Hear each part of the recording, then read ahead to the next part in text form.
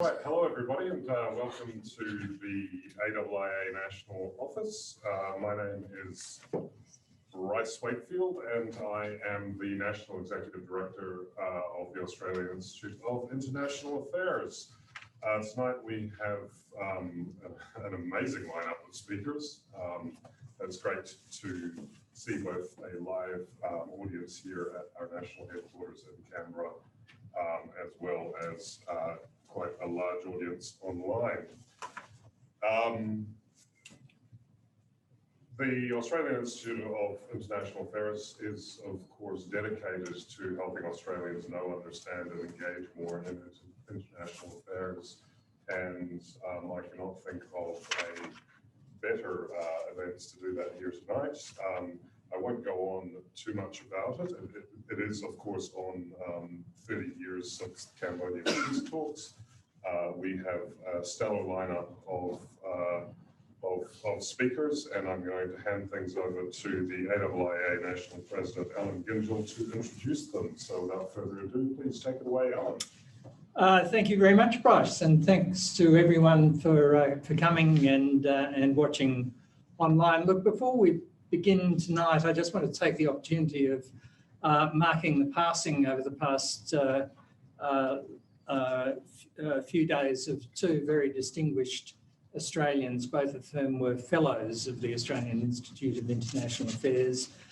Judge James Crawford of the International Court of Justice, who had a very long career in international law, and Professor Neville Maney, who is Professor of History at the University of Sydney. I think that one of the things that distinguished both of them is that they were fantastic mentors for generations of international lawyers and in Neville's case, people ranging from Dennis Richardson at the beginning of his career to James Curran close to the end, and getting people engaged and interested in international affairs. So we send our condolences to their families and friends. Today's discussion is hugely interesting for me. Lessons from the Paris Peace Agreement. 30 years on, it's horrifying to me, and I'm sure to the other panelists, to realise that it's 30 years since in various ways we were all involved or observing those events. If you ask any historian of Australian foreign policy to sort of single out some of the major contributions that Australia has made to global politics and to regional affairs, there's absolutely no doubt that the Paris Peace Agreement, so Australia's involvement in it, would be close to the top of anyone's list. And that's for a number of reasons, because it spans such a long period of time, involving the work of several Australian political leaders, from Bill Hayden through to Bob Hawke and Gareth Evans. It involved intense diplomacy within our own region. It involved the sparking of ideas, and finally it involved implementation. So that whole thing from conception to implementation fell within Australia's purview, though of course, as everyone, the other speakers will say, we didn't do it by any means on our own. We've got two of the absolutely critical figures in that process with us tonight, Michael Costello and John Sanderson. I won't go through their bios because A, they're well known, and B, you've got them in front of you, and C, they have 15 minutes each to talk about matters which consume large parts of their lives, and I don't want to interfere. But Mike, of course, was, among other things, Secretary of the Department of Foreign Affairs and Trade, and was the key diplomat through this whole process. John Sanderson, former Chief of the Australian Army, later Governor of Western Australia, was the person who brought it all together as the commander of the 16,000 strong international force in Cambodia. So we're going to proceed with Mike talking for about 15 minutes, then John for about 15 minutes. I'll ask the Meacher question and we'll throw it open to all of you. And then finally, I'll ask one of my distinguished predecessors as National President of the AAAA, John McCarthy, to comment, to thank our participants and to comment on some of the ways in which the process affected Australian foreign policy. So Mike, over to you. Thank you, Alan. Been a lot of histories written about Cambodian settlement, an even better one about to come out, I understand, Richard. And I recommend that you read them for a lot of detail over a lot of period. What I've been asked to talk about, however, is my personal journey from December 1989 to March 1991, during which time I undertook 4 separate bouts of shuttle diplomacy focused on Cambodia. I think it's better in question time, if you like, and in conversation afterwards, I focus more on what lessons we can draw from this. This is basically trying to go over what happened from my perspective and why. In fact, it didn't begin in 1989, my role. It began with the election of a Labor government in 5 March 1983. Because Bob Hawke was a very dedicated fan of the US alliance, and he did not want to offend them.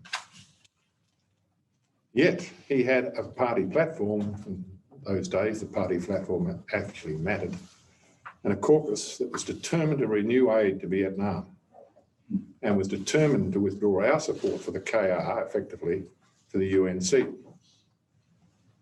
Being Bob, he found a way out of this. He called in Bill Hayden and said, "Bill, we've got to get out of this mess.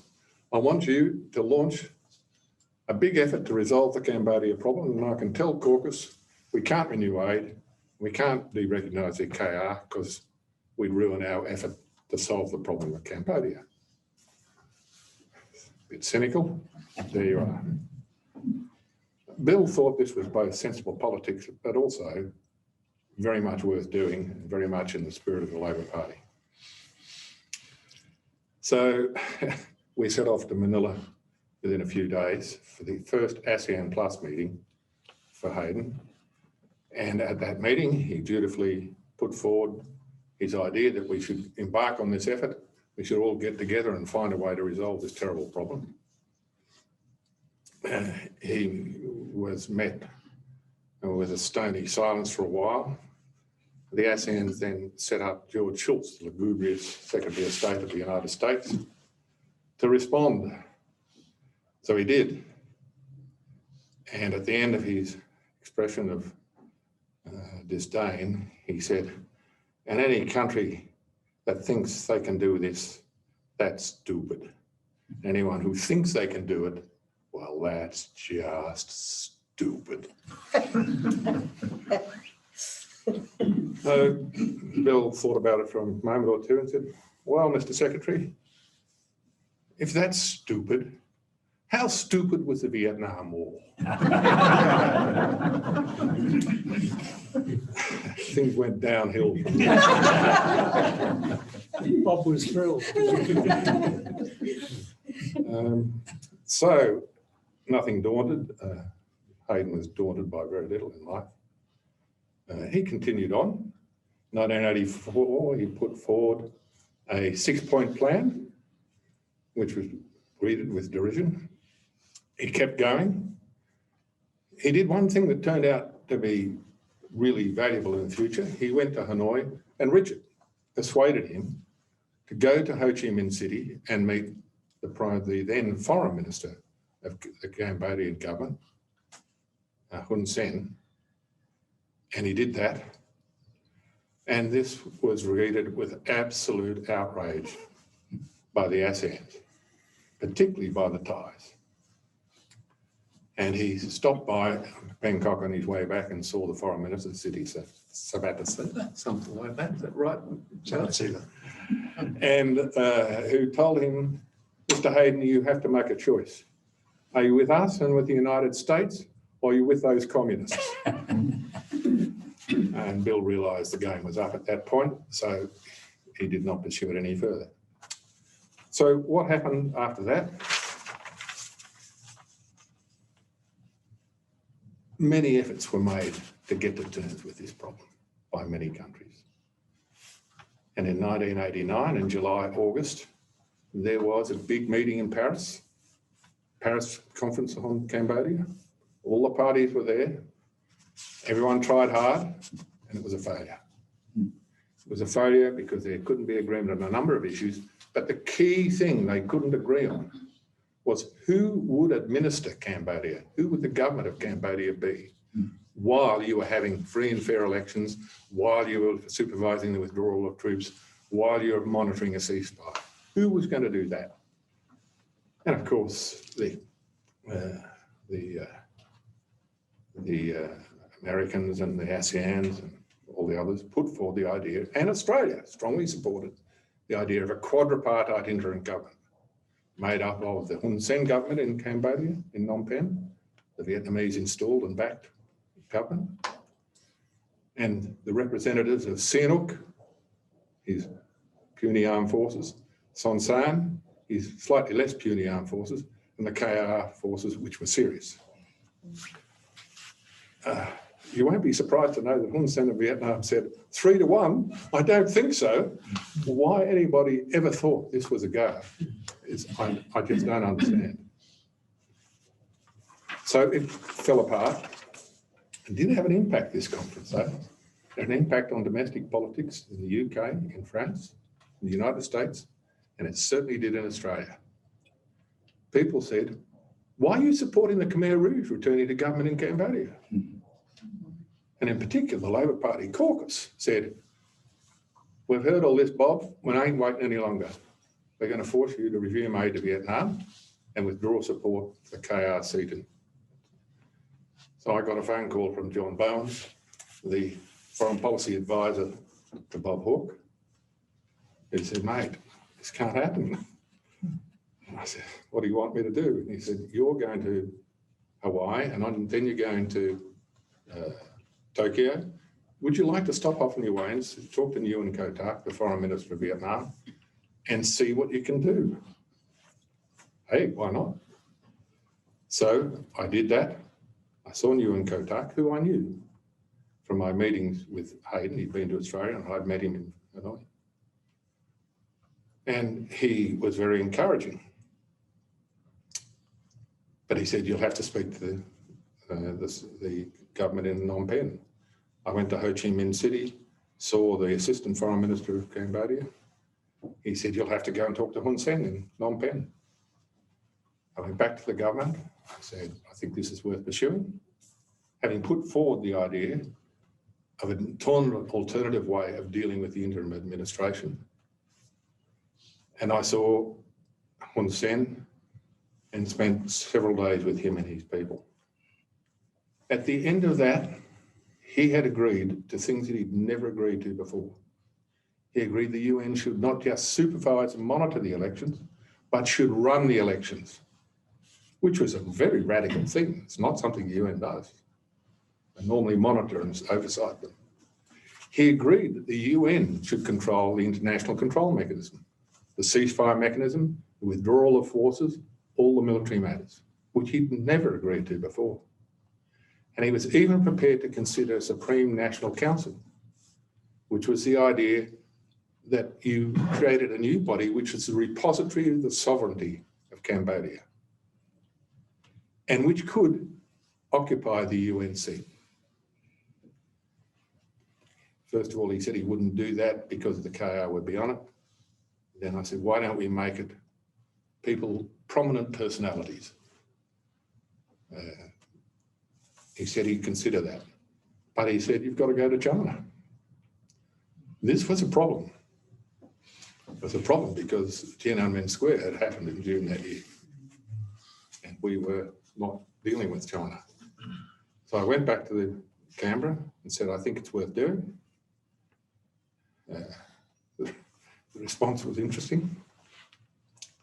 I got a cable saying the Prime Minister and I have discussed this. This is from Gareth Evans. You should go to China. Your instructions are, as I have been to now, to follow your nose and see where it leads you. I thought that was pretty good. Pretty clear. So I went there via Tokyo, where I saw Rogachev, the Russian minister who was responsible for this area, who I knew from my time in Russia and an earlier trip in 1984 with Hayden.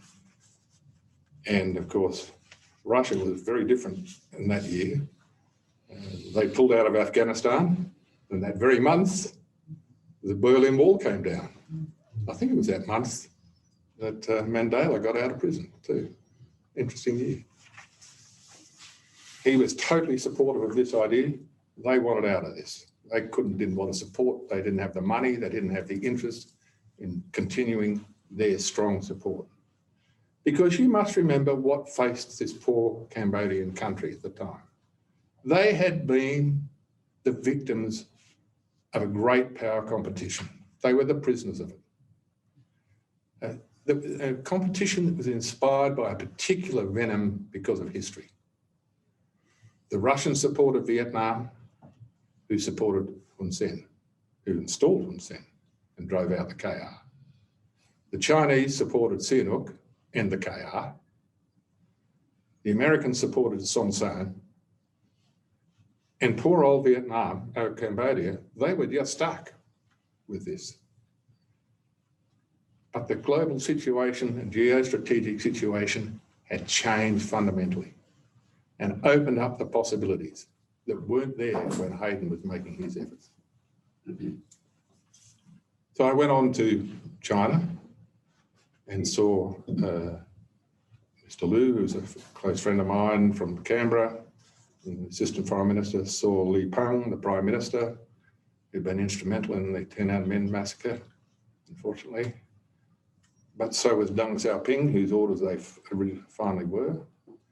And I saw Chen Chi-chen. And they said, we want a quadripartite interim government, that's our preference, but we're prepared to consider this. I went back via Bangkok, saw the Foreign Minister, City, who said, we support you. Sihanouk, of course, was totally supportive in the most rational and calm and least in his settled that I'd ever seen. And when I said, you sure you do this? Let me explain it to you again. This is what it is. He said, I absolutely support those, either one of those options I support. And he sent me a 27-page letter saying something slightly different, but that's all right. And then I went back to Jakarta, where I saw Alatas, the Foreign Minister of Indonesia, who was a key player, absolutely key player.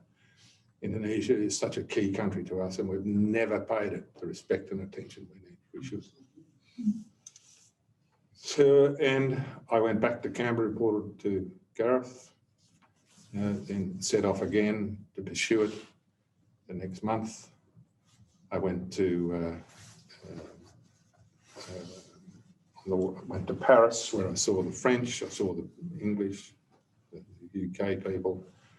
I saw the UN people in New York. I saw the Americans in Washington and in Paris. I saw the P5 in Washington. And that was the end of that first round. I kept saying to my reports that, you know, we'd gone from 1,001 to 1 chance to about a 10 to 1 chance. My view actually was, after I finished that first little round, basically Vietnam, Hun Sen, China, the Russians, the Chinese, the Thais, and the Indonesians had all said, we think this is okay. They didn't say they agreed with every detail, but they said, we are prepared to look at this seriously, when they hadn't been able to look at anything like this in the past. This is not arrogance, it's just my genuine judgment I believe it was going to be done from that moment on. If you could put the detailed work together to make it a real thing. And that's where the Red Book that Gareth called upon, that began in January 1990, took part. We set out a detailed program of how all this would happen. And that was presented at various conferences. There were conferences after conferences, meetings after meetings. The P5 from the UN, of course, got involved. There were alarms and there were excursions. I did two other trips in 1990. One to Hanoi to talk about verification of troop withdrawals, to talk about the ceasefire and military standstill. I went back on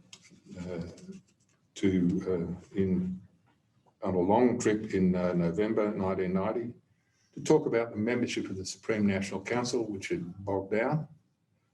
And that, in fact, took first meetings on the 11th of July 1991. And then in March 1991, I went back to Vietnam to see UNTAC. The feeling, things had stopped. Things had just completely bogged down. And people couldn't understand, and there were all sorts of speculations about why this was so. I found out when I got there, all he could talk about was he didn't trust the Americans. And then he suddenly talked about Kuwait and the first Gulf War. And I suddenly saw what he's about. He said, the UN authorized this action. The Americans have gone in there and they've driven out the Iraqis. I said, but that's totally different. He said, what does this mean? Is the UN authorizing American behavior here? You may think that's mad. You may think that's crazy.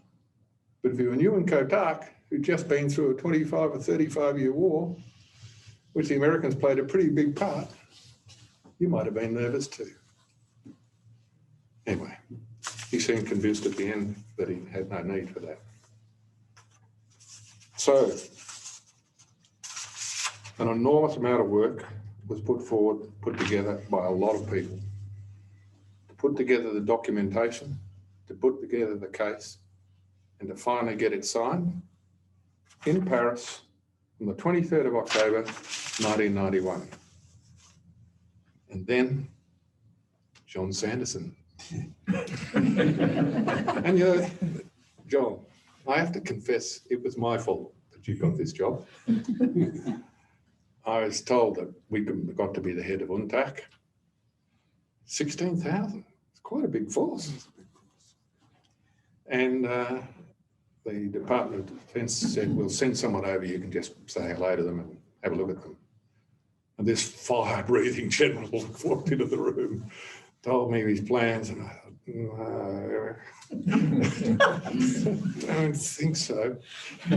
So I asked them to give me an alternative candidate, and in came John with a glorious military record, but as smooth as silk. This is the guy. This is the guy who can pull them all together and run the show, and he did. Thanks very much.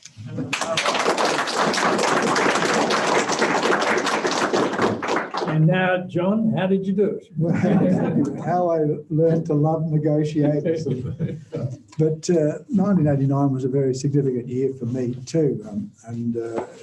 It so happened that the Chief of the Defence Force called me down from Sydney and promoted me to Major General and made me Chief of Defence Force Policy, and told me to come up with a plan to reorganise the staff of the Defence Force into a joint staff to face up to the New World Order in 1989. And so I had to go around and negotiate with the Australian Army, the Navy and the Air Force to get them Much all tougher. made dealing with the Khmeros like child's play.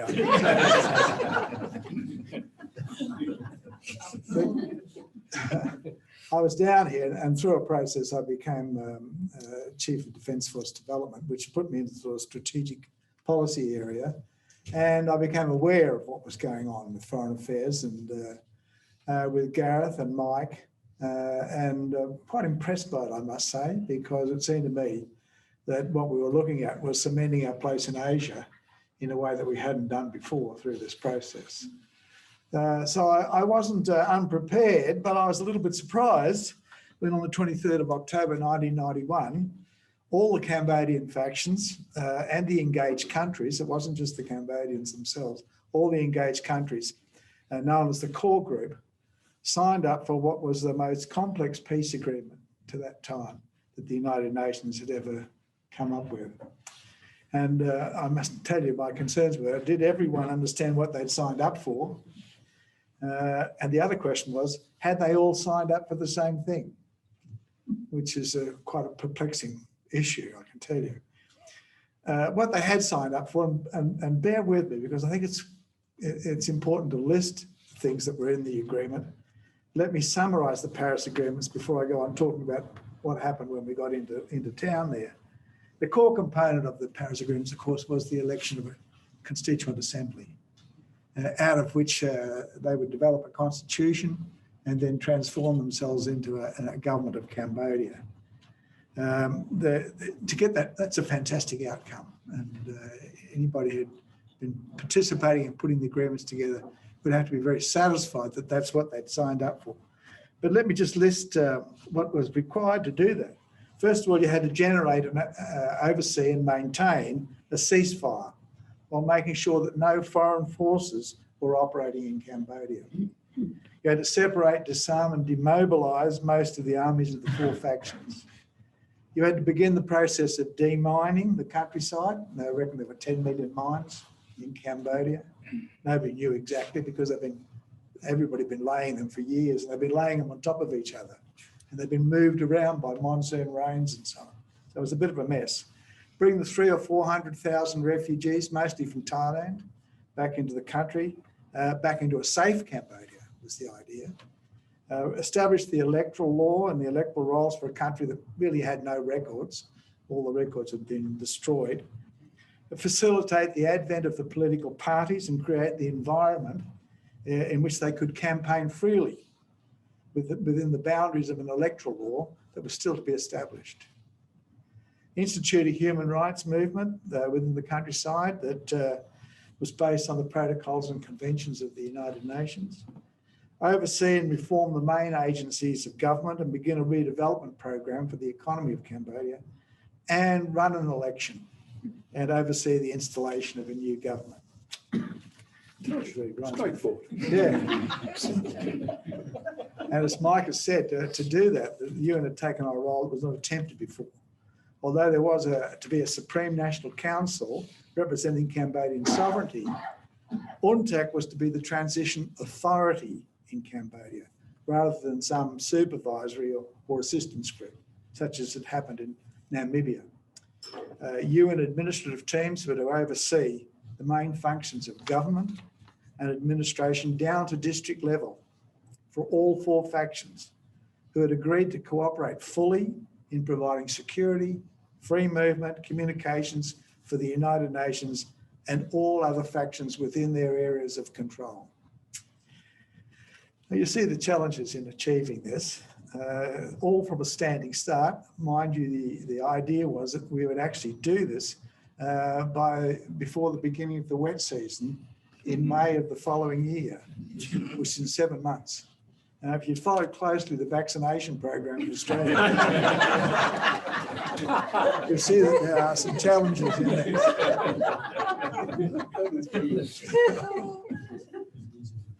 But I did, for some various reasons, which I might explain as we go through this, I had good reason to believe that we could pull this off.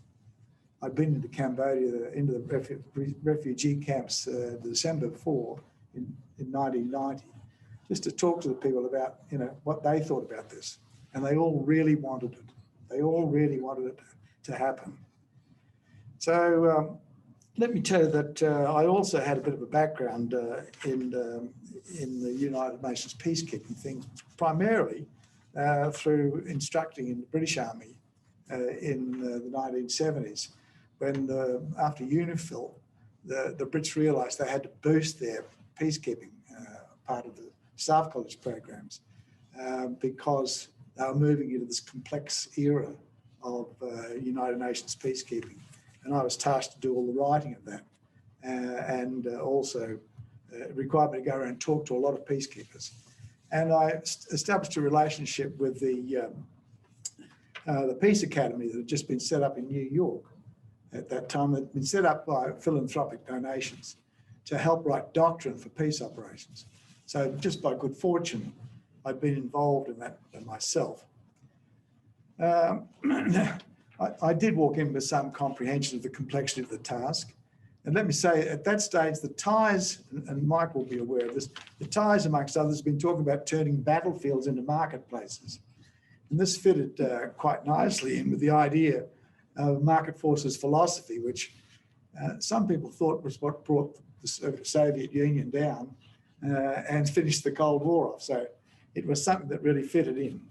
But what was complex and new was the UN itself. The organisation had an enormous amount on its plate with this paradigm shift that was going on. The demand for UN interventions had skyrocketed. Ethnic cleansing and drive for sovereignty by people who had been downtrodden for years was running riot all over the world. The big problem was that the UN organisation was still working with a structure and a doctrine developed under the old paradigm. Now, its leader, Boutros Ghali, saw the opportunity, I think, to realise the aspiration behind its founders. Everything he was saying and writing was about a new norm in which the permanent five of the Security Council, as their allies of Yalta half a century before, would be prepared to bend their interests to the greater good. There's the rub. Australia's ambassador to the UN, Peter Walensky, who had taken over from Mike, had been the interim ambassador for a while, was up to his eyeballs in this. He was doing a lot of the thinking within the UN on the subject at the time.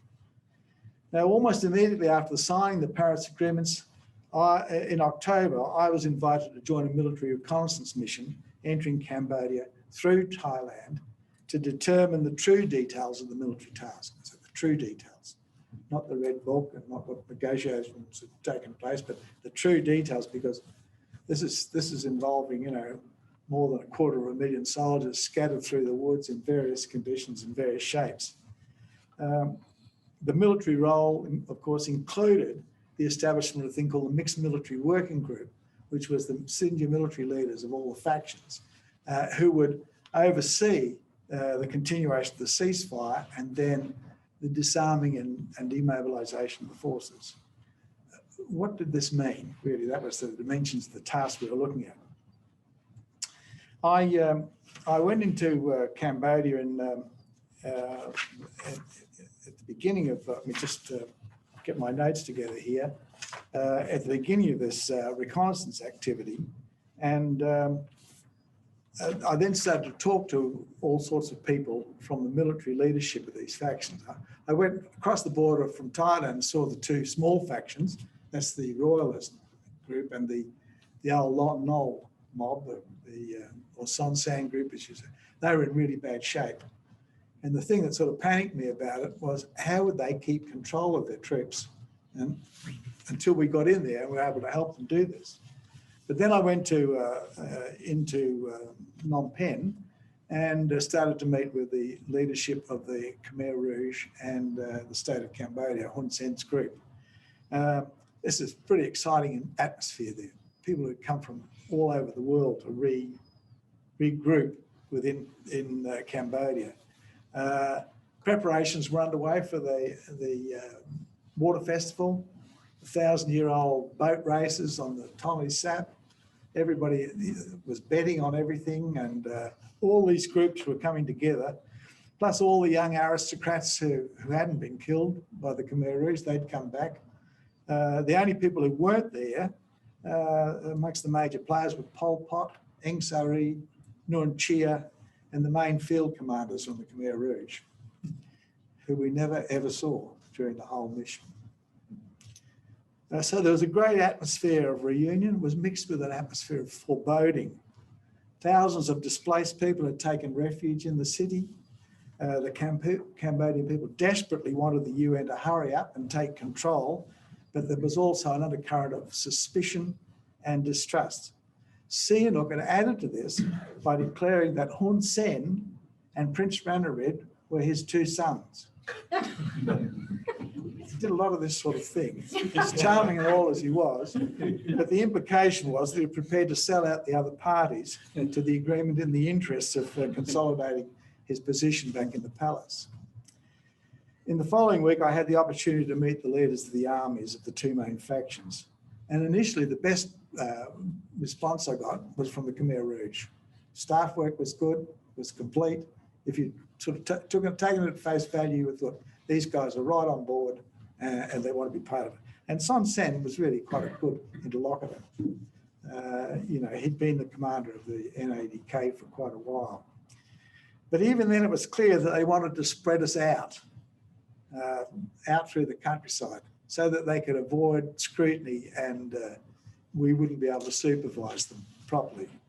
Now, I told them that as subtly as I could that we weren't going to do that. But I gained the idea that both factions, of course, at the time, knew exactly what the other's position was. And it's clear that obviously they penetrated each other's command structures and so on. So they knew what was going on and what everybody's position was. But even then, Son Sen insisted to me that my main problem was going to be the Vietnamese forces that had infiltrated all over Cambodia. And I gave him my assurance that all he had to do was point the way and we had kept them booted out of the country.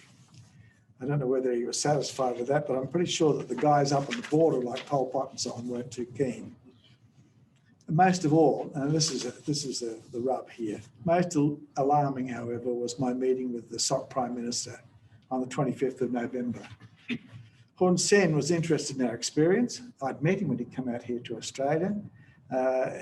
He was interested in our experience. And then all of a sudden he looked straight at me and he said, the Cambodian people are making manifestations against the Khmer Rouge, and I cannot deny them their human rights to do so. My blood ran cold. I tell you, under the agreements, he was responsible for the security of all of us within the territory he controlled. And if he was telling us that this was a matter to be determined on the basis of human rights, it didn't augur well for the mission. And that still hadn't been mandated at that stage. On the morning of the 27th of November, there were explosions and smoke through the city. There was a riot at the accommodation of the Khmer Rouge leadership, including state television cameras all on site, all set up obviously to do it. Son Sen, Khieu Samphan, who were supposed to be members of the Supreme National Council, were driven out of the city, together with all of them. Khieu Samphan, the president of the Khmer Rouge, had a big gash on his forehead as he went through the smoke and the flames. So they went back into Thailand, and this reinforced their later contentions that Phnom Penh was in the hands of the Vietnamese. And the UN was proving powerless to do anything about it. And I have to say, from my own conclusions about this day, orchestrated as it was, set the tenor of the entire UNTAC mission. And I think the governments of Cambodia to the current day. I'm relatively sure that most of the Cambodian people saw this for what it was and understood Hun Sen's motives. While it was a clever move on his part because it was playing on this international sentiment about the Khmer Rouge, about the genocidal maniacs and so on. But most Cambodians understood that it was a play and hoped that the UN would not be deterred by it. I mean, it was palpable that people were frightened about this. The immediate problem was that without the Khmer Rouge, the Khmer Rouge leadership at the table, there was no Supreme National Council. There was no peace agreement, no ceasefire. It was vital to understand that China remained the key supporter of the KR at this time. They hadn't changed their mind or pulled out of it. It's safe to say that those who didn't want them included in the Paris agreements thought really good riddance, that's it. And there was a very widespread opinion about that. But it wasn't a good start for our mission, I can tell you. So where do we go from there? That's the biggest issue. The next thing I did, I came back to Australia and I'd left the military advisor to the Secretary General, General Timothy Dubwama, a Ghanaian officer, with an assessment that first of all we had to have at least twice as many troops as the Red Book had said. It was going to cost more. And the other thing was he needed to get an advanced engineering group in there to start doing the planning for the repair of the infrastructure. I mean, the infrastructure was just, there had been scorched earth campaigns all through Cambodia. Bridges were blown and, you know, to actually put a major international component there was going to take a lot of engineering effort. Anyway, I expected to be called to the UN to take part in the planning, to generally be a major player in the planning for this, and I heard nothing. In the meantime, Cambodia started to fall to pieces. There was fighting in the countryside. I'd left some instructions for them to start looking at the cantonment sites that the Khmer Rouge had given us. Colonel Russell Stewart got shot while he was doing that in a helicopter. Things didn't look too good. And so it was agreed between the CDF and Gareth that I should go to New York and insinuate myself into the planning process. And I did that. I turned up in New York and I wasn't greeted with open arms, I can tell you that. I was told that I might upset the strategic balance of things until I told Marek Goulding, the Undersecretary General for Peacekeeping, that I thought the whole thing was falling to pieces and we stood a good chance of losing it. And he must have gone upstairs straight away because he came back and I was immediately appointed military advisor to Boutros-Ghali on Cambodia and given an office and a staff and told to get on with it, which enabled me to get around the missions and start doing the detailed planning for this operation. I was a bit worried then about the UN itself because you know, there was a sense that they weren't up to an operation of this complexity. They were really, it was sort of on the job. There were some really great people in there, really smart people. I mean, one of the best of them was a fellow called Hossein Madili. And not everybody will agree with me on this, but Hossein was an experienced administrator and he was able to switch onto the logistics of this and how much it was going to cost and how we would go about doing it very quickly. I drank a lot of red wine with him down in New York as part of the preparations for this thing. But we finally, you know, we had to write operating instructions, telling people how we're going to operate, where they were going to operate. There were all these countries that were lined up with these troops at this stage didn't know where they were going to go, what they had to do, how they're going to operate, what sort of framework they were going to operate in. So we had to do all that sort of stuff in Cambodia, in New York. Marek Goulding had told me that the negotiating team for the UN that had been involved with the negotiation, headed by Rafi Ahmed, none of them are going to come to Cambodia with us. And Rafi was supposed to be the special representative. And he said that he'd only do it from either Geneva or New York. And that wasn't acceptable to Boutros-Ghali, fortunately. But he then appointed Yasushi Akashi, the Japanese Undersecretary General, to head up the mission, which was good because the Japanese were very intent on engaging financially in this whole process. So we got into Cambodia and away we went with this whole thing. The pressure was on to actually start what they call phase 2, where we declared the ceasefire and all the forces then started to go to these cantonment sites and we were going to supervise them there. Incidentally, once they went into cantonment sites, handed over their weapons, we were required to defend them. And this required some sort of understanding that we might actually have to engage in active violence, which didn't fit the idea that the United Nations had about the neutrality of the organisation. So I declared January the 12th without sufficient forces to be the beginning of phase 2. Surprisingly, the Khmer Rouge committed themselves to the whole thing and the instructions, and then they didn't turn up. And they said they couldn't turn up because the place was run by Vietnamese. And they kept that up for the whole time we were in Cambodia. Now, fortunately, from our point of view, there's some good operators starting to come into play here. The refugee movement back from Cambodia under Sergio de Vera de Mello was starting to pick up momentum. Reg Austin and Michael Maley were starting to put together the electoral thing. The Cambodians were getting some reassurance that the UN was serious about the whole thing. And so very quickly, the running of the election and the resettlement of the refugees became the primary objective of the military component. And the fact that they didn't come into the cantonments left us with the troops to do that. And not only did we do that, but we got involved in all the other civil administration aspects of Cambodia as well. And I can't tell you with some relief, we got to the election and all those Cambodians turned up on the day with great courage. At that stage, we were at the risk of getting involved in internal security operations in Cambodia. A lot of people wanted us to do it. I could have ended up before the International Criminal Court in The Hague if it wasn't for the Cambodian people. But, 90% of them turned out for the vote. And Khieu Samphan wrote a letter to Kashi saying, what a lie this is. Where in the world did 90% of the people turn up for an election like that? But he didn't know, and he must have been basing that on what his own people were telling him. So we owe a great deal to the courage of the Cambodian people.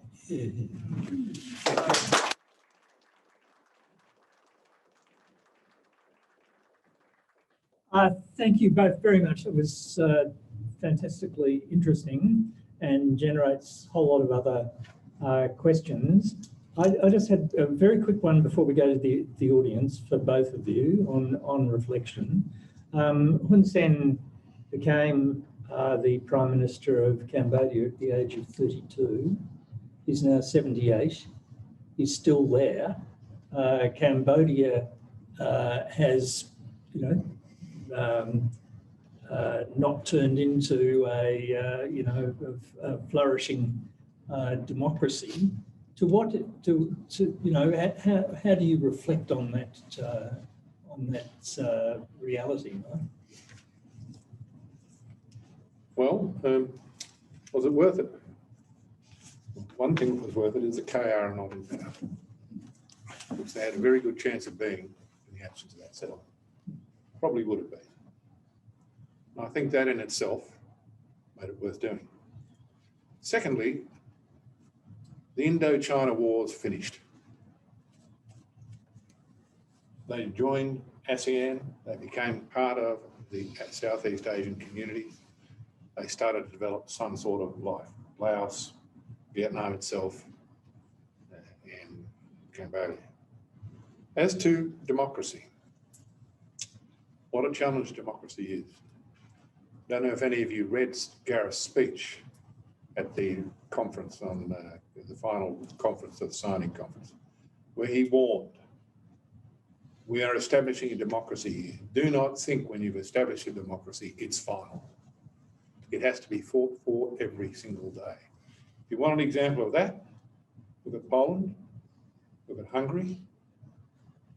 Can I say, you might want to look at the United States. If you think the 6th of January was a shocking and almost unbelievable event in the United States, what you're seeing now in the United States, as various states establish laws that will enable them to overturn the results of elections, both presidential, Senate, and House of Representatives, particularly the presidential. It's a very difficult thing to keep alive, democracy. Sometimes it goes bad and doesn't come back for a while. Sometimes it does come back. Korea, how many coups did they have? Quite a lot, you recall. But it's certainly a democracy now. Thailand, never despair. Democracy is a hard thing to win, and I don't think Cambodia is unique in going through this trauma that it went through in finding it difficult to establish a well-ordered, well-operating democracy. So I do think it was worthwhile, and I think we should not look at ourselves and say it wasn't worth trying to solve the Cambodian problem because look at where it is now. I would say it was worth trying to solve the Cambodian problem because it's not being run by the Khmer Rouge. John, was it with it? Yeah, I think it was definitely worth it, but I don't think that for a moment Hun Sen thought he was going to lose the election. So he was, you know, he was pretty cosy with the whole proposal, and he knew there were a lot of the nations who were very worried that he might lose the election because that would increase instability in Cambodia. But we knew quite a while before the election that they were going to lose. And thank God they didn't know that they were going to lose. Otherwise, they were the only force in Cambodia that could have stopped us. Okay. And by the time they realised it was too late. So it actually worked out quite well. The Khmer Rouge thought that we were going to jack up an election for them to win. And they made that pretty plain all the way through. And they accused us all the time of jacking up the whole countryside and the election so that Hun Sen would win. And he lost. So that's a plus, the fact that he lost. But I think he'd actually put a lot of his future into this whole thing. And he must have been at great risk from within his own party at that stage. So, you know, he had to work very hard to reverse the outcomes. The outcomes were reversed by the Constitution. The Constitution was a dud constitution. And they were frightened into coming up with that Constitution. I mean, you couldn't, you know, I'm not a constitutional lawyer, but from the barest minimum knowledge about these things, you took one look at what they'd come up with and said, that's not going to work. They're done for. And that's exactly the way it turned out. But, you know, I agree with Mike. You know, the Khmer Rouge were never going to take over Cambodia. That's intelligence was completely wrong about that. You know, they were falling to pieces rapidly. They were living a complete lie out there, and halfway through the time we were there, the Chinese deserted them. And so things got very desperate. And the Chinese were, you know, very much, because we played it straight down the line, the Chinese were on side with what we were doing, which was a key aspect of the whole thing. They were interested in turning battlefields into marketplaces as well. And they've been doing that all over the world ever since. Okay, thank you both very much. Bryce, you're going to now, I think, moderate question time. Yes, indeed I am. We, of course, do have questions trickling in from our online audience. If you are online, it's the standard thing, I suppose. Please enter your questions through the Q&A function. If you're here, please put your hand up and Jack will bring the mic around to you. I'm going to go with a question online first. Sorry, Richard, just so that we can get the mic over to you in a timely manner. It's from Catherine Travouillon. I hope I pronounced that right. UNTAC was often described as a model case for the UN's future peace-building endeavour. For example, directly after the signing of the PPA, Paris Peace Accords, on October 23rd, 1991, Soviet Foreign Minister Pankin said that UN mechanisms will now be standing the test of credibility and universality in Cambodia. What do you think about those expectations today? To what extent did or does the case of Cambodia have a bearing on the credibility of the United Nations? John, you've done a lot of thinking about peace building. Well, I mean, I was uplifted by the Paris agreements. Let me say, I thought they were fantastic. You know, it asked an enormous amount, and we were stepping into the unknown. One of the key aspects of United Nations operations up to that time was absolute neutrality.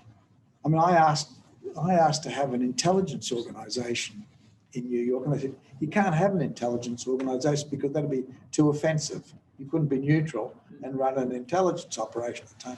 So, in a sense, they're asking you to go blind into these sorts of things.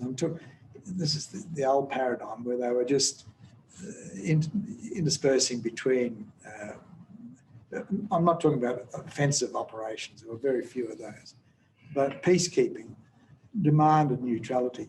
And this complex peacekeeping, actually, although it was unsaid, it demanded that we provide security, that we actually defend people in the field. And you can see what was going on in Bosnia at the time. The poor old Dutch were confronted with this, and they played it down the line of the old doctrine and stood by while all these Bosnians were killed. And I mean, that's a terrible blow to all those young soldiers and the Dutch army and all of that sort of thing. So they were caught up in this doctrinal thing. But in the Paris agreements, it was implied that we would defend. If those people had come into the cantons and handed over their weapons to us, we were responsible for their security. If somebody came along and decided they were going to do them in, we had to fight. And that was unstated, and it was never said in the whole thing. But like I said, I got involved in internal security operations. I could have become a fifth faction in Cambodia with the force, which was something to be avoided. So basically, the UN, Boutros-Ghali had this vision for where we were going to go, but the UN didn't have the doctrine, and sadly, it didn't have the support, the full-on support of the Permanent Five for such a step. Thanks, Richard. Thanks, Alan. John, can I thank you first for the astonishingly free and frank interview you gave me about your role in Cambodia. It was an eye-opener to me, and it's fully reflected in the book. I understand from Bryce will be coming out in the next month or two, I hope so. My question to you, though, you tell us about the frustration you had with some of the desk-bound Hooray Henrys in the United Nations. I didn't call them that. I know. Be fair. And their reluctance to come to Cambodia to look at the situation on the ground. One thing that's amazing, you commanded 60,000 troops from how many countries? 16,000. 16,000. From 34. From 34 countries. I think one of the ploys you used, because you had French on your staff who felt that you were the epitome of Anglo-colonialism and didn't want French, which they regarded as the lingua franca, to be used. But you had several on your staff, and you used them in a very good way, a very constructive way, as well as some Indonesians, I think, and others. Yeah. But just tell us how you got over the French prejudice about having an Australian Anglo commander. See, the French are as varied as the English, so they're not all the same. And I had some really fine French officers on my staff. But I mean, one of the problems was that you never know, it struck me that you never know where national policy is coming from in France, which particular direction it's coming down and how it's reflected amongst those who you're working with and who's working for you. While I had people doing fantastic work to make the whole operation work, I had others who thought that I was I think Figaro said, the Australian pilot fish guiding the Anglo-Saxon shark into French waters.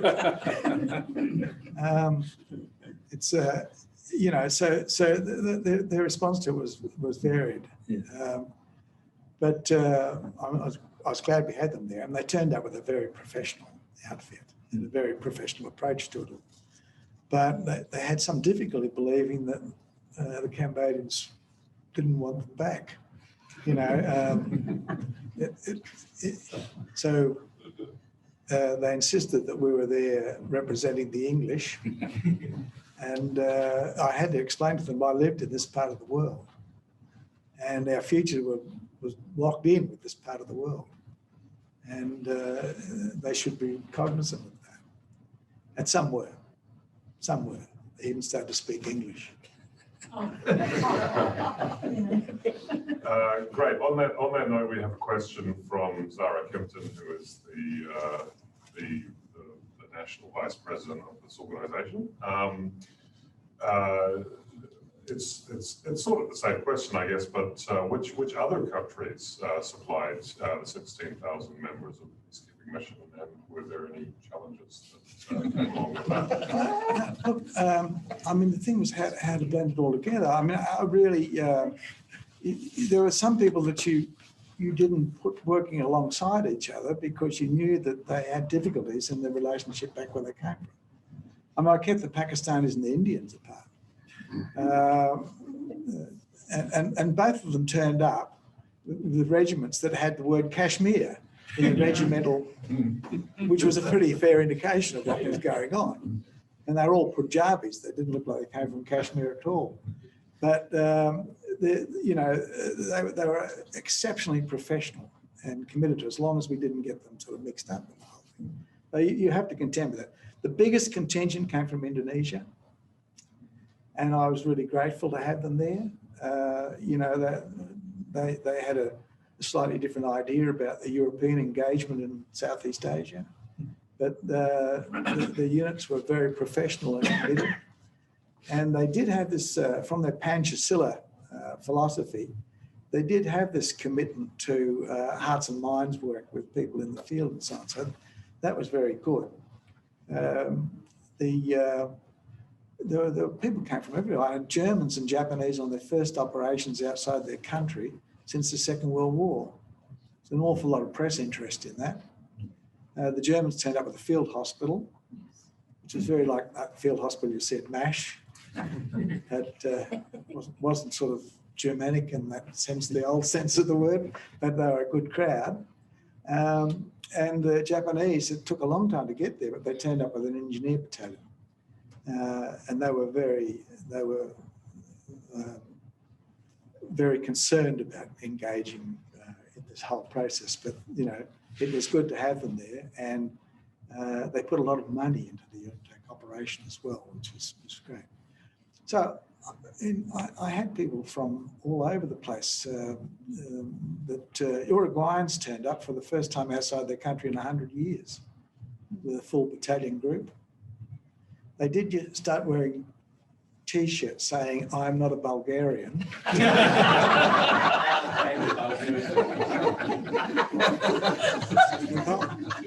The Bulgarians are in the process of learning what UN peacekeeping is. The Chinese were there, John. Yeah, the Chinese turned up with a battalion. It was a really good battalion, and it was very important. Engineering battalion. And, you know, I put them in some pretty high-risk places, and they responded to that. They were a good crowd. And I think that in the end, the Chinese were very happy about the way we managed them, too. Yeah. I could go on listing them all, but there's 34. The Australians were fantastic. The communications unit was. 30 years after the signing of the Paris Peace Agreement, there are still calls now among people opposing the Hun regime for the signatory of the Paris Agreement to intervene in Cambodia to help install democracy. Do you think there are any ground for the international community to intervene, or Cambodia also our country and the international community just said, well, you know, we went there, we help you have an election, and so we was, you know, we're washing our hands, not up to us now, up to you to get you guys to sort it out yourself, because you know a lot of people are desperate, they can't do anything, and as you know, Kem Sokha is in Simon is in exile, Kem Sokha is in house arrest. So what can you do? Or if anything you can do, we just wash our hands and look, not too bad, you sort it out yourself. You know, it's a hard question you've asked me, because, you know, I do have deep regrets about that. I mean, the Cambodian people put their trust in us. And, you know, the fact that they all came out and voted in that election, as they did, was astounding them, because they were threatened with all sorts of things. So, you know, it was uplifting. And they were our saviours as much as anything else. So, you know, I talked about not getting engaged in internal security operations. I mean, that would be a totally different thing. We would have been like an occupying power if we got involved there. And there's no question in my mind that if we'd had done that, sooner or later, we would have started killing some Cambodians. Okay, so you can't get involved that deeply in the thing. Human rights and the electoral component did a lot of education, and Tim Carney's organisation did a lot of education throughout the countryside to sow the seeds for the future of Cambodia. So there are a lot of Cambodians who know what it's about. But there are also a lot of people outside Cambodia who opted for stability rather than full democratic freedom. So, you know, this is a fact of life. The Cambodians have to find their own place in all of this. And you know, Asia's changing. There's a whole new range of things going on there. So I can only hope and pray that young Cambodians still hold this philosophy close and will stand up and be counted as the time comes on. Otherwise, we have to go to war. Can I say, I feel a lot of empathy for your view. The problem is we face dictators, authoritarian governments around the world. Vietnam has a very authoritarian communist government. I don't think there's any suggestion that we have the ability to do anything other than raise human rights issues with them consistently and to constantly press Hun Sen and others to take a different course. But nobody's going to go to war over this. What they can't do is simply say, that you can't do. You can't do it about Myanmar, which is a complete catastrophe. You can't do it about Vietnam. Hey, you can't do it about China. How you do it is a different thing. How you go about it is a different thing, but you can't not try. In the end, it is true. The future of countries are in the hands of their own people.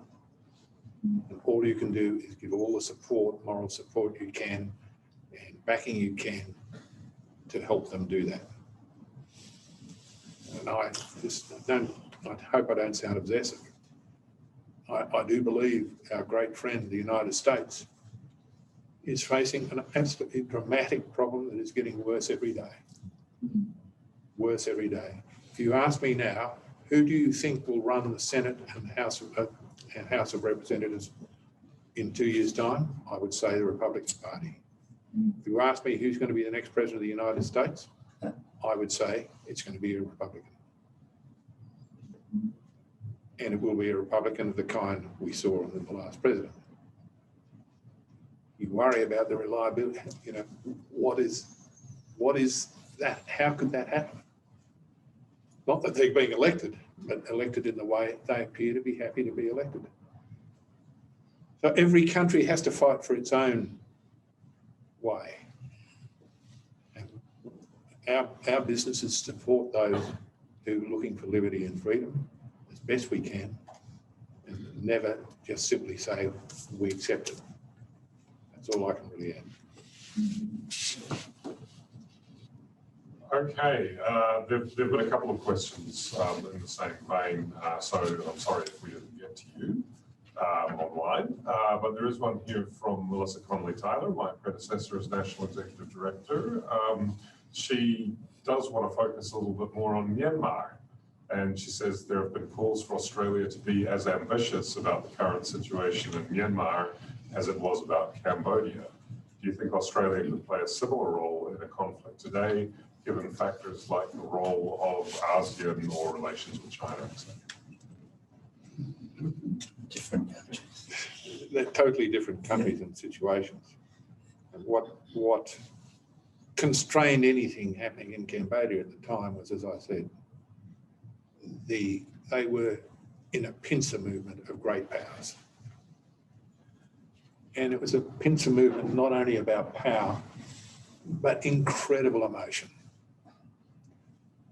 The Chinese were hostile to Vietnam because it had allied itself with the Soviet Union. And they were beside themselves at the humiliation they suffered at their hands in 1979 when they decided to teach Vietnam a lesson and got their ass kicked. And they were determined to do every bit of damage they could to Vietnam. Russia at the time was feeling pretty good at itself, about 1979. They just invaded Afghanistan and were doing okay. The United States had just gone through a disastrous period, the end of the Vietnam War, and the Iranian debacle. The Russians were feeling good about themselves and they backed Vietnam as the winner. And the Americans, of course, well, you can imagine their feelings about Vietnam at the time, who humiliated them and driven them out in 1975.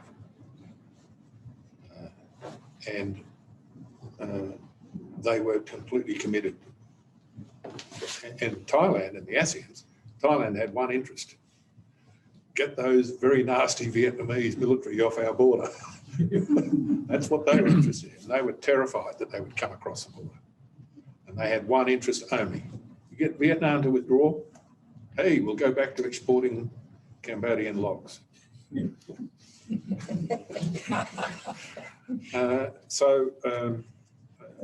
I think that you don't see a situation similar to that about in relation to Myanmar. You see China being its supporter, but you don't see others having that sort of power and influence to play a role there, I don't believe, with Russia and the Americans.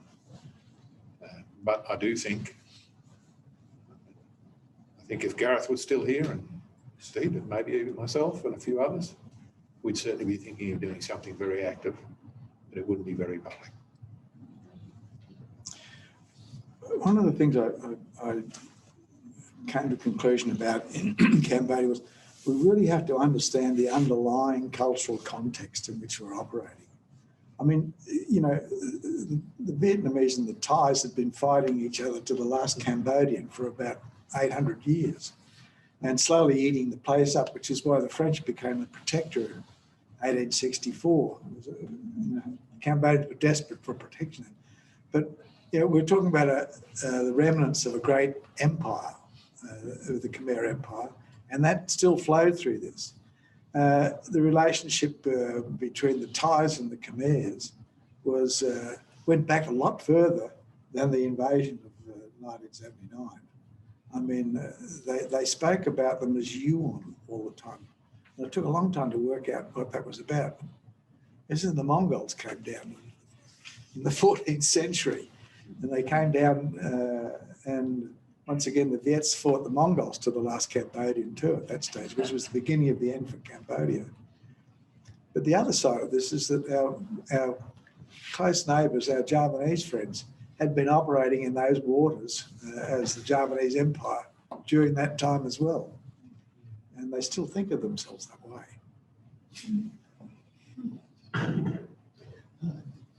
John, I share your warm memory of people coming out to vote in their Sunday best on the first morning of the election, despite the risk of grenades being thrown at them. Yeah. It was a very real danger.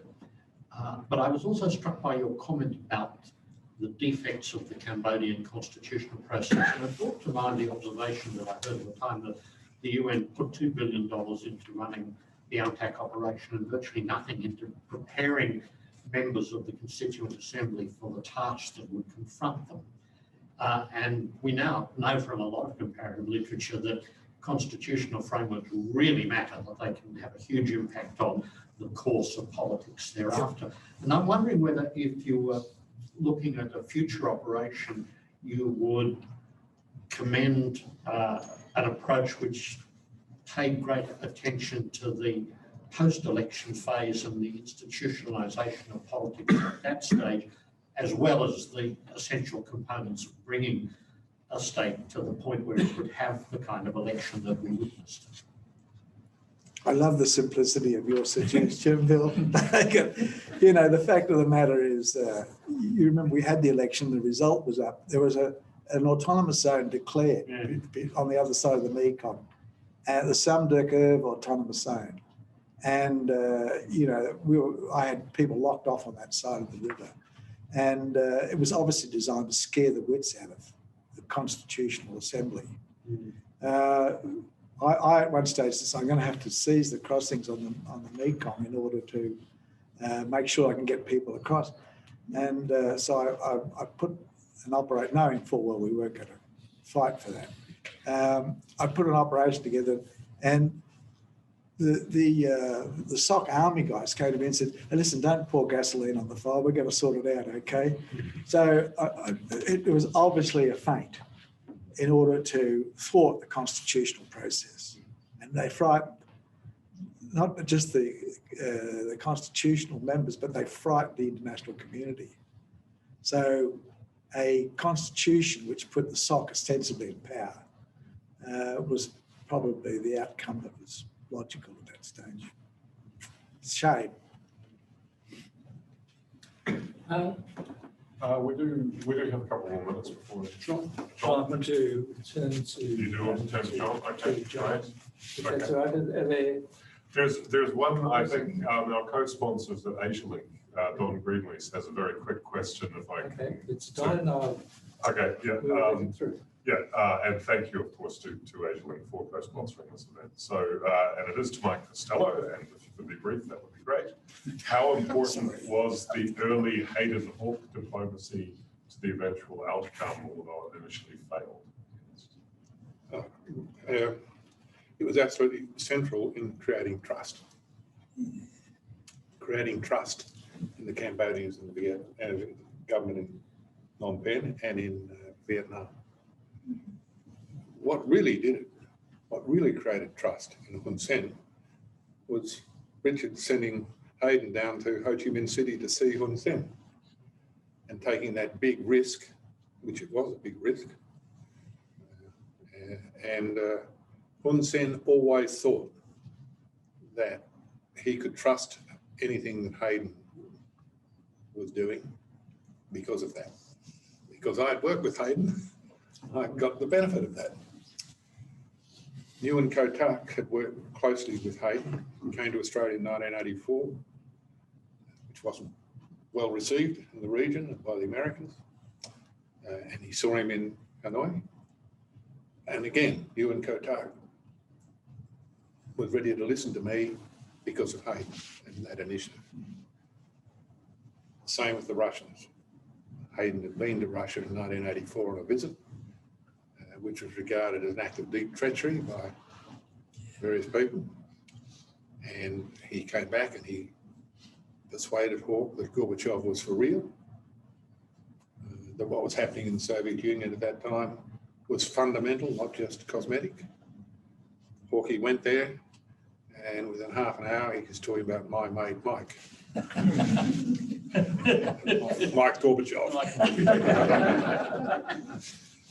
So we had that advantage, which particularly with Hun Sen, who was the most positive person from the start, along with Gorbachev. Right from the start, he was the most positive. Tak was a more difficult proposition, but he was under big pressure from hard right forces, even at that time. So yes, it was really important. I don't think my role would have been effective if it hadn't been for that background. Thank you, Mike. Look, we could go on for a long time, but we don't have it, and Zoom is about to cut us off, I think. No, we can go over time if we want. All right, okay.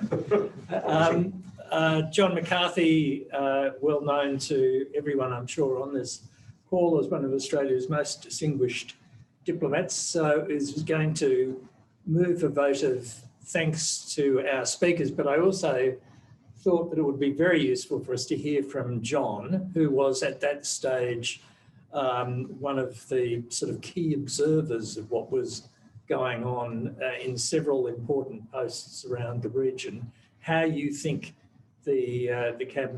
Australia's role in the Cambodia Peace Agreement played out for us, and what its long-term influence has been, John. Well, thank you very much, Alan. I'm just looking at the whole pattern of work which went into the solution as we saw it then to the Cambodian issue. I think from an Australian perspective, certain things really have to be borne in mind in judging just how important it was.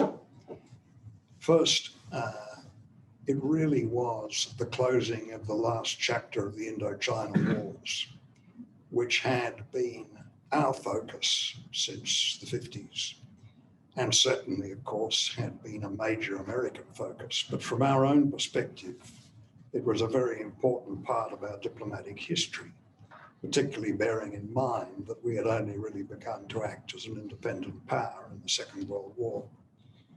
So, that, I think, is a crucial aspect of it. The second thing that really occurred to me at the time and later on was that in terms of putting together a complicated diplomatic package, this was about as difficult as it could get. It was the first major peace agreement after the end of the Cold War. Everything was beginning to unravel, beginning to change. But the position of the great powers, although it was altering, as Mike talked about in terms of his conversation with Rogachev, there were still very entrenched attitudes, particularly on the part of the United States, the French in another way. We were dealing with the permanent five in a regular basis. They had to all be brought on board. We had to deal with the Southeast Asians.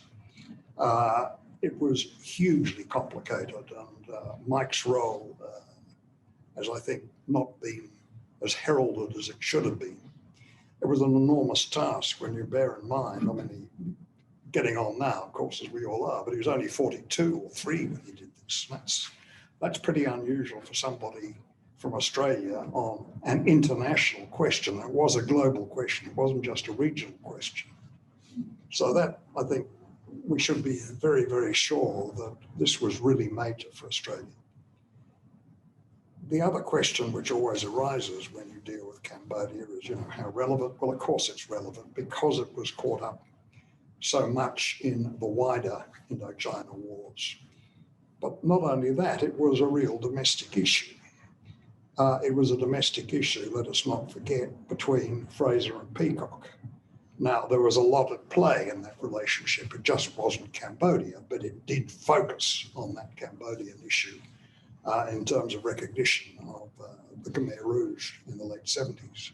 And of course, as Mike has alluded, it was something of an issue between Hawke and Hayden and the left of the Labour Party and Hawke. So it was a domestic political issue as well, which had to be taken fully into account. The final thing is, what sort of solution did we get at the end of the day? I think one always has to be reminded that politics is the art of the possible. You never get 100% of these things. But if we got 60%, which enabled the Cambodian people to live in some sort of peace, albeit perhaps not the sort of peace that we choose living in Canberra, but some sort of peace. If you saw it in terms of the Vietnamese changing from being one of our biggest enemies until probably the 80s or the late 70s, to being, in fact, one of our key partners in a totally new strategic environment. You could argue that of the Southeast Asian countries, the most important now in strategic terms, not in every category, are basically Indonesia and Vietnam. So it's a very different world, and all that wouldn't have been possible had we not been able to end the Indochina wars and and play the part that we did in it. So I've come to the conclusion, certainly, and I was lucky enough to witness it from Hanoi, this development of policy in the early 80s, and then again from Bangkok, where John occasionally came over to sort of have a bit of R&R and dinner. And it was a very rewarding period professionally. But I really come down to the fact, I think there were 2 points that are really very important. It gave us self-confidence diplomatically.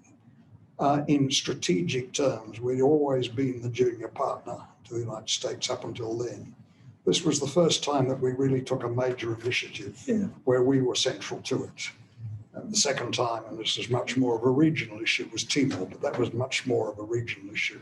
Cambodia was really a global issue, albeit it had a regional focus. So it seems to me that we, 30 years later, really need to take full account of that particular achievement. Now, I'm here on behalf of AsiaLink, as is Tony Milner, and later in the year, and I'll do my advertisement here, around October, November, we're going to have a much fuller program. This is really a pipe opener for a much more significant, I hope, or bigger, I'm not saying more significant, but larger set of panel discussions on what happened. But I'd like to express my admiration to both Michael and John for what they've achieved in the past, but for what they were able to articulate this evening. With Mike, I'd just like to mention that he was a very, very capable permanent head when I was a deputy, and he was a permanent head at a very young age. Now in 1996, he was enjoined, along with a lot of other very capable permanent heads, to spend more time with their families. Well, I mean, it was great for their families, but it was a great loss for our foreign policy. With John, I think you're all very familiar with his record as a soldier. I think his performance tonight shows very much that General McCarthy's dictum that old soldiers just fade away is totally incorrect. And I'd like to thank you both very much indeed.